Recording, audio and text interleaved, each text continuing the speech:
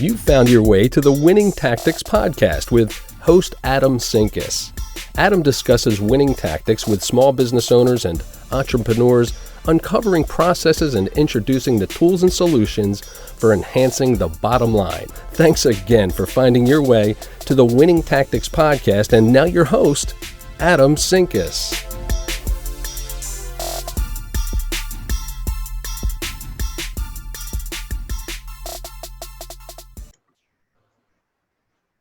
All right, welcome to our second episode of the Winning Tactics podcast. I swear I'm going to get better at this. But today I have with me Sarah J. Worlton, and she is really an awesome person. She's really founded on building happiness and really finding your village and your place in it. She thrives on community and helping people and organizations engage their people as a wholehearted individuals, and inspires organization to center their company on cultures and human connection and community, which is something that I am totally on board with and love diving into culture and companies. So I'm excited for this one. Sarah is also humanitarian expedition leader with Choice Humanitarian, a public speaker, and a podcast host as well. Welcome, Sarah. I'm so excited to have you on today. Thank you. It's awesome to be here, Adam. Yeah, so tell me a little bit about where you're at, what's going on. Obviously, with COVID, we got all kinds of crazy stuff going on right now. All sorts of crazy stuff, It's like taking one day at a time. And thank you so much for having me on your show. I have been a humanitarian expedition leader with Choice Humanitarian for almost 11 years. And my 10th expedition would have been this coming Thursday to Peru. But we'll kind of circle back to that later. So that's kind of been postponed. Not kind of, it totally has been postponed. And I have been able to travel to many different places throughout the world, leading these humanitarian expeditions and really seeing a sense of community in the midst of really hard times. And my goal with my website, sarahjworlton.com, and my keynote presentation, and also my podcast, is to share the stories of people that I've met in the village and see the parallels of how it can help us in everyday life. My podcast is called Are You Happy in Your Heart? And it really is a tribute to kind of the very first expedition I went on to Guatemala in 2009. And that was a really life-changing experience when I went high up in the mountains in the Polo Chic Valley in Guatemala, and I was greeted by people that I didn't even know existed in the world, and they were speaking a language called Quechua. And instead of saying "Hola, ¿cómo estás?" or "Hi, Adam, how are you?" they would say "Masalachol." And that's a mouthful, and it took me about 3 days to memorize it, and I'm still not entirely sure how to spell it. But what it means is, are you happy in your heart? That is how they greet each other. And having such an amazing experience there, working side by side in these villages with people who are living in extreme poverty, which meaning they are living on less than $1.90 a day. It really changed my heart and the way that I view the world. And so that kind of later on in life, down the road, after going back and after going to Nepal and Kenya and Mexico and becoming an expedition leader, I really, wanted to start this project of being a public speaker about this and being a podcast host. And really that's the overarching theme of my life and my experiences for the past 10, almost 11 years is, are you happy in your heart? And really, what does that mean? So the podcast, I interview people who from all walks of life and who have all these crazy different stories that are so different than mine, and ask them to share their stories of hardship and how hardship has helped shape your happiness, which is really just what we're all in the midst of right now. For so sure. Kind of a little bit about, the projects that I'm working on. That's awesome. I think it's really interesting because we are sitting, especially like small business owners, are really sitting in a space right now where, I talked to several of them that are going, I don't even know how I'm gonna, open when this is all over, how I'm gonna pay my bills, how I'm gonna, Yeah. even pay my house note. Some people have, their houses and their whole life on the line with Oh the yeah. business, right? And It's a big so, thing, and I never realized um, how it would just kind of creep in and affect everything. yeah, And especially small businesses right now and nonprofit organizations that are having to get really creative.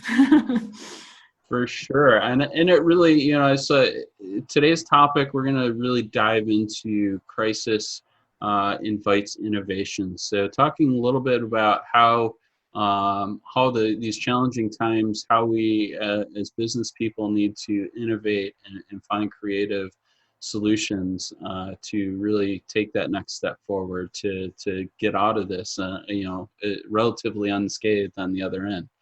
So, what have you experienced with the small businesses that you've worked with, that you've talked to in this crisis? How are they responding right now?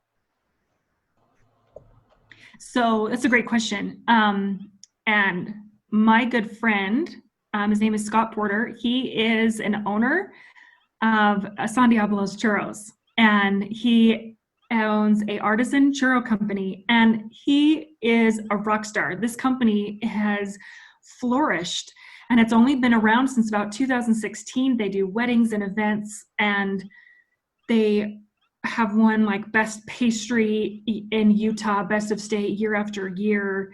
And they do weddings and they do parades and festivals and food trucks. And when I first moved back to Utah, not too long ago, he needed some help with events, and I'm like, okay, I'll go help with Scott's Churro Company, and I kind of figure my life out, right? Yeah. So all events have just like canceled, just like everything else.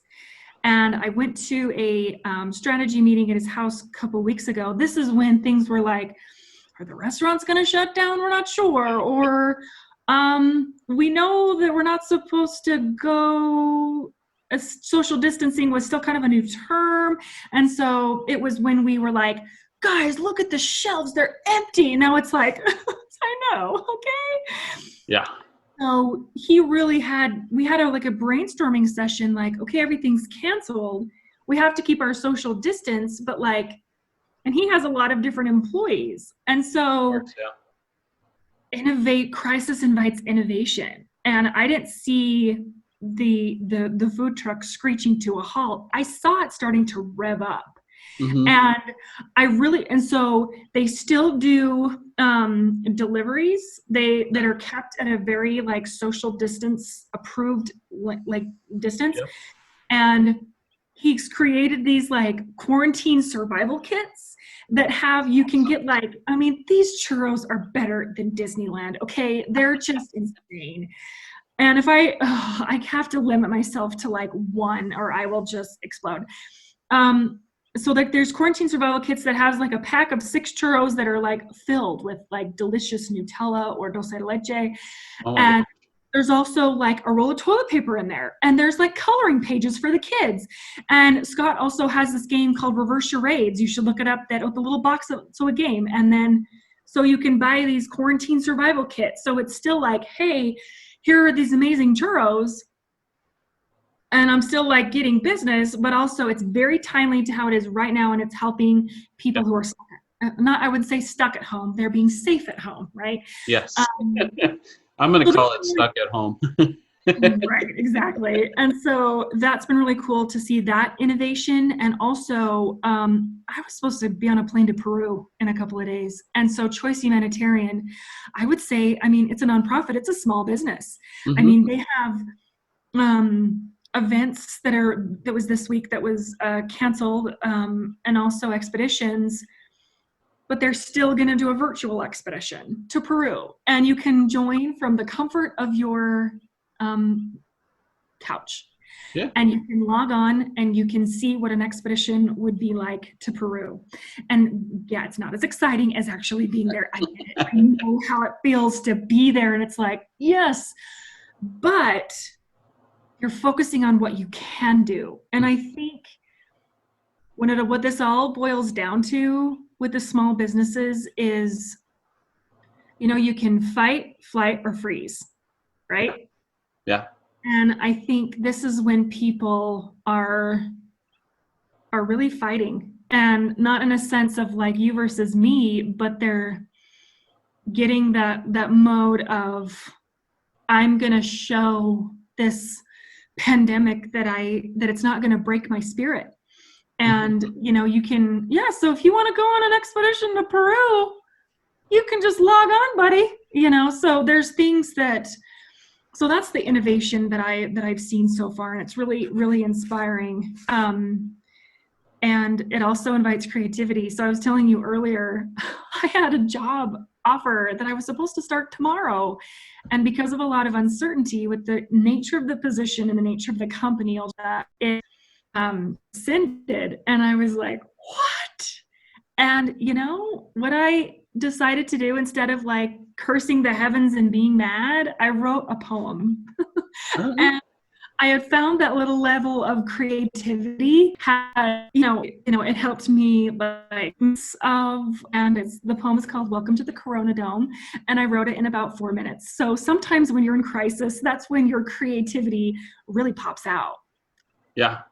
No, that's a great one, and I think it's really interesting that we take those moments to pause, jump way outside of the box, and do something completely unrelated. Because what I find that does is I find that helps in grounding you, back to reality. Let's get all the feelings, all the emotion out, then we can deal with this, as it plays out. And so that's something that I think small business owners are challenged with, is that, they're small business owners are heavily involved within their business, right? And so, to take a step back is a foreign concept for them. So, what advice would you give to small business owners about taking that step back? How would you suggest they approach it, so they can be thoughtful and really yield some positive outcome from it? Taking a step back is not necessarily a bad thing. My theme for 2020, I always have a theme for each year. My theme is go back. And it's really funny because I just moved from Colorado back to Utah, back to my hometown, back to literally the house I grew up in. Mm-hmm. And so literally I went back. And to me, it wasn't go backwards. It was go back to your core, go back to your core values, go back to the things that are familiar, the things that are consistent, go back to your roots, go back to your start with why.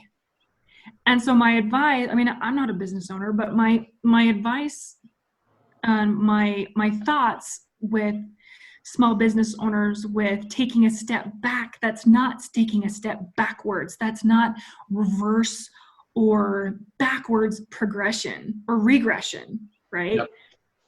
You're just taking a minute to say, okay, everything right now is a little strange. It's a little uncomfortable. But guess what, dude? There's no growth in the comfort zone, and there's no comfort in the growth zone. As much as we hate to feel that, it's true. And I need this for as much as myself. Like, my dream job got taken away. Yeah. And that was literally like gut wrenching. It's no fault of theirs. They were very kind about it. It's like, that's literally just the nature of this beast. Yep. So I would say you take a step back, you take a deep breath, and also you collaborate. Collaboration is huge. So I was talking about Diablos Churros. They were also partnering, drive-through soda places in Utah are really big. There's one called Swig, there's one called Thirst, there's one Sodalicious. So you collaborate with them because their drive-throughs going crazy. So why not, you add churros to it so they can get their fancy soda that's filled with coconut, Diet Coke and lime, and you have some churros and some pretzel bites. It's like the most deliciously unhealthy thing. But guess what? Comfort food is fine, you know? And you also have this other food truck called Sobe Eats, who is a really great, they do tostadas that literally will send your taste buds into orbit. And so it's all collaborative. Yeah. So it's like, I want to help advertise for you. I'm going to help advertise for you. And I'm going to help advertise for you. At the end of the day, everybody wins. You know, is it ideal? No. But you go back to your core and you just realize you can't do it alone. But collaborating and getting other bits of advice and saying, yo, homie, I need help right now. This is crisis mode. Or is it just a different way of creation mode? So yeah. For me, I think it's a different way of creation mode, right? Because big business has been doing this for years. You know, the outsourcing industry is giant, and that's solely built on let's collaborate. I'm good at people management. I'm good at process management. Let's all get together and figure out how to get this thing done, right? So I think small businesses forget that modality, that there's a lot of advantage in collaborating with other people. You know, building affiliate and partner relationships with people that complement your product, your offering, your service, whatever it might be, is that's a fantastic piece of advice. And you know, where I'm originally from in Michigan, we had drive-through. We called them pop. We didn't call them soda. We called them pop. Midwesterners. But you know, we had the drive-through beer stores as well. You know, so it's like, you know, it was the greatest thing ever, because you know, when it's frigid cold outside, you don't even have to get out of your car. So. Exactly. And you still have that little bit of social interaction, you know, which I'm an extrovert, so this has kind of been a nightmare. And so I have to, you know, and it also, like, not for small businesses. Well, actually, I wouldn't say Chick-fil-A is a small business. I'd say it's large, wide. And I went through the drive-through the other day for breakfast, and they had these inspirational little notes on the bags, like crush your day or things will get better. Just something that tiny, you know, is something, because you know what I did? I took a picture of it and I tagged it on Instagram.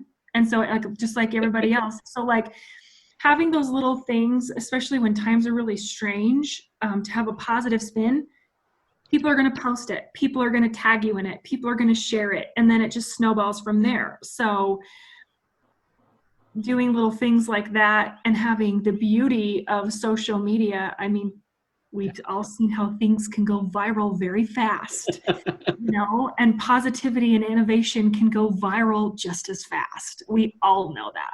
Oh yeah, for sure. You know, I think a great example of social media innovation is Wendys, the Wendys Twitter feed. Whoever manages that, I don't know, they like get on there and just roast people, and it's humorous and you know, but it was, they were really the first ones to like really jump in, and like, you know, like McDonald's would post something, and they would be there responding to McDonald's, you know, like, you know, in some sort of joking fashion that bred, you know, a reason for you to go to their brand over McDonald's. And then it kind of turned into people challenging Wendys to come up with something creative. And all of a sudden they created this whole Twitter campaign around, you know, just being a smartass, you know, more or less. Right. You know, and so, you know, to me, that is one of those things that's really, you know, interesting in how we approach our vision, our brand, you know, and what people see about it. And so, you know, I'd love to get your take on, you know, you talk about, you know, happiness and driving your inner happiness.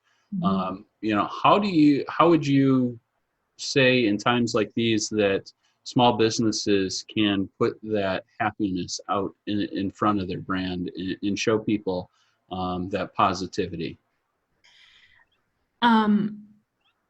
The happiness in my heart, and really what it stems from is the times that I've been able to be of service. And then I've been able to go to these third world villages and serve and help with projects, with building a house or a school or a chicken coop or desks or anything like that. So there was this outward mindset. And I know in times of crisis, it's kind of hard to do that because you're like, I need to make money. I need to feed my family. I need like to keep my business going. You have ends that need to be met. Mm-hmm. But what I found, I keep going back to this example with Diablos Churros.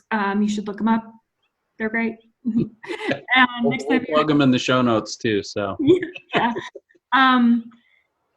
Their innovation came through the vein of service and through the vein of an outward mindset of, okay, our churros are amazing, but there's a lot of kids that aren't going to school right now because they can't. And there's a lot of parents that are going crazy because they're trying to work from home, deal with homeschool, keep their kids from entertained and not like, their brains melting from watching Disney Plus all day. So let's give them a game. Let's give them churros. Let's give them coloring pages. Mm-hmm. So I think the beauty, the happiness in your heart is not something that you seek. It's something that you discover when you are focusing on someone else. And you are, and that's what I've really seen this innovation with San Diablo is, and also with my experience with these expeditions, like the core value is the exact same, and it's service. And you see a lot of people, not just small business owners, like that tiny little message that Chick-fil-A wrote on their bag. That's serving. That's saying to the person that just bought our chicken nuggets, here's a little note that says, have a good day. Here is like a quarantine kit. And guess what? There is a roll of toilet paper in there. Right? So the person that opened that bag, they're like, heck yeah, we're good for the next 5 days. Yeah. And so I think the happiness in your heart is a byproduct of showing up for someone else. No. As little as that is. And the happiness in your heart that comes from going on your porch and playing your violin because you can't, or, all of these people that are the healthcare people in New York City. Do you know that people go on their porches in New York City at 7:00 Eastern every day for a freaking round of applause? How cool is that? That's crazy. I have not heard about that. So if you, like some of the big celebrities that I follow on Instagram, a lot of them live in New York City and every day they post it. And I'm like, so the same vein is for the same, or the vein is the same for the small business owner. They're showing gratitude and a service for someone else. And I think that is the happiness in your heart that lasts, I think. Because you're saying there's a lot of internal crap that's going on with my life. No Peru, no job. But hang on a second. Who needs a little bit of sunshine that's having a little bit of a crappier day? Yeah, no, for sure. I think that's really important. I am all about like, how can we serve each other, right? And that's a big piece of when I talk to leaders in businesses about driving the culture of their business. It's how is your leadership team serving the people that are actually doing the work? Because at the end of the day, the people doing the work, if they feel served, will start to serve your customers in the same way. And it's that trickle down effect. And so I really like that focus on serving somebody else. What I think is really interesting, another great example of that is there's a distillery called Dolphin Distillery. They do rum normally. They distill rum, but right now they are distilling hand sanitizer. No way. Yeah, so they are making hand sanitizer. There's also a brewery up in Tampa that's doing the same thing, using their equipment because they're distilling alcohol. At the end of the day, that's what they're making is alcohol. So so they're just turning it into hand sanitizer and and distributing out hand sanitizer. So like, I think that is that give back, that service minded approach to business. And so it's another great example of what you're talking about there. Yeah. So, That's really great. What a fun idea. yeah. So, and it helps with, not being able to find hand sanitizer anywhere else. Liquid gold. I, Liquid gold.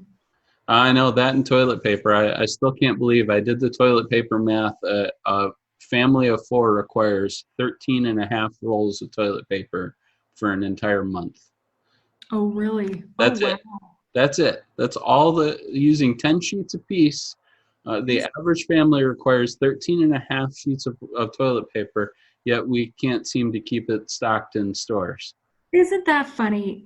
These are the things we say now. These are the things we talk about. I went to 3 different stores just to look for beans to make chili. I'm like, these are the things I say now, that I went to more than one store for beans. Yeah, no, it's definitely crazy out there, and I think you hit the nail on the head when you said that it's that service first. It's how can I help you? That is really what's gonna, I think, drive us in small business owners and in businesses in general, kind of through the next hurdles with this. I want to step back to something you said earlier on. You talked about stepping back and talking and really reimagining the why, which I think is a really huge and important thing, especially with small business owners. I think as you scale and as you grow your business, sometimes you lose sight of the why. And so, why do you think that stepping back to the why and understanding the why is such an important piece? Because I think it forces us to go inward and to really go back to why you started doing it in the first place. And sometimes that can get fuzzy, or it can get overshadowed by the next greatest innovative thing, the next best flavor, the next best promotional item or seasonal whatever, And so going back to your center allows you to kind of read, and sometimes your why constantly gets redefined, right? And I love Simon Sinek and his Start With Why book and his TED Talk about how things moved forward and were a success because they started with why. And he really goes into not only focusing on the psychology of why you do something, but the biology of starting with why helps you get to that center of your brain that affects decision making and loyalty. And so those are the legs that you're going to stand on. And sometimes now that needs to be redefined. It's like, Mother Nature send us to our rooms to think about what we did for being bad, so I think but everybody's saying no one's really moving forward at the pace that we were used to or that we're comfortable with.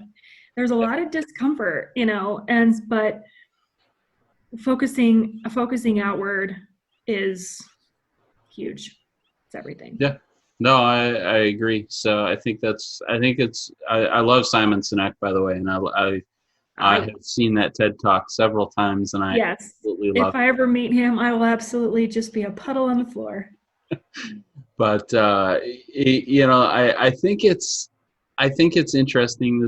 There is a lot of psychology to understanding the why we do things, and I think if small business owners can get past the money and the prestige, and really step back to why they want to leave a legacy, why they got into that line of work in the first place, it will help them reframe and retarget, where they're going.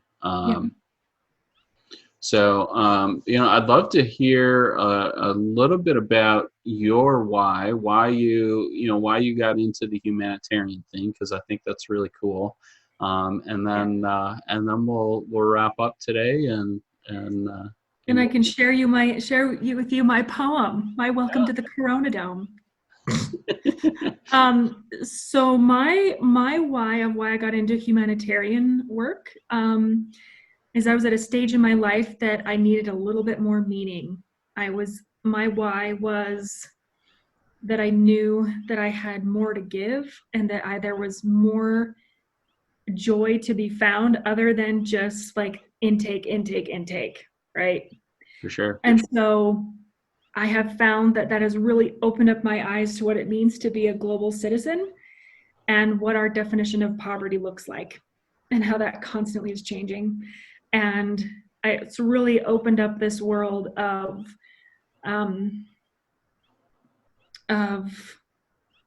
innovation and service. You know, you see these villages that are needing a water system or a school, and the way that they build it is different than the way that we would build it. But it's still, at the end of the day, it's still a school. It's still a water system, and it's showing me a new way to live. That things that made me happy maybe necessarily were not, and it's really, I was, over a year ago, I was asked to give a presentation about my year of humanitarian work, or my decade of humanitarian work. And I thought, okay, how am I going to trim 10 years of my life down to an hour? And what pictures am I going to use without boring these people to death? Like, okay, there's just 20 more, guys, hang on there. So that was really an invitation for me to like shrink it down to a core message. And that's where Are You Happy in Your Heart was born. Don't say if that's where it was born. That's where it just kind of came together for me. And I focus on the 4 key areas of how you can be happy in your heart. And it's the first one should come as no surprise, is service. The second one is when you are free from distractions and you are present in the moment. And the third one is even when things don't go as planned and you get hurt, physically and emotionally hurt. Yep. And the fourth one is having a perspective. So I give that presentation to organizations. So I was able to give a presentation to a women's retreat at Sundance a little over a month ago. And it was awesome. So my goal is to help organizations and to speak to them about how you can find happiness in your heart wherever you are in your life path, especially with organizations seeing your organization as your village, to be able to find happiness and purpose. It's awesome. That is, it's a really, really cool mission. Again, it's something I am hugely passionate about because really focused on leaderships and how leaders devise and build culture within an organization. So I think that's really, really cool. So tell us where you can be found. Again, give us your webpage, best way to contact you if somebody's interested in hearing you speak, or especially now we can use the power of Zoom and some of those other technology tools to get that done as well. But how can people get a hold of you and find your podcast and all that good stuff? Yeah, so a little bit of what you said was breaking up a little bit. So my podcast is called Are You Happy in Your Heart? And you can find it on iTunes, Stitcher, Google Play, Podbean, and sarahjworlton.com. Fantastic. Yeah. And I will also tag your LinkedIn in the show notes as well. Oh, yeah, totally. So, and can I share with you my poem? You totally can share with your poem. We'd love to hear it. Okay, it's not very long, I promise. And this was the creative juices that were flowing when I was having a sad day. So this is how we turn it around a little. And it's called Welcome to the Coronadome, and I wrote it in like 5 minutes. Awesome. Okay. It started in Wuhan, a million miles away. We thought it was untouchable, and it was only there to stay. Yet bit by bit and hour by hour, it started to wreak havoc and making our plans sour.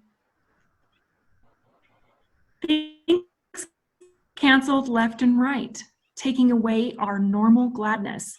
Bread shelves a new kind of March Madness. It's delayed, it's postponed. Follow the CDC with no resistance. The news flood my ears from the moment that I wake, and if that's not enough, the Wasatch Front starts to shake.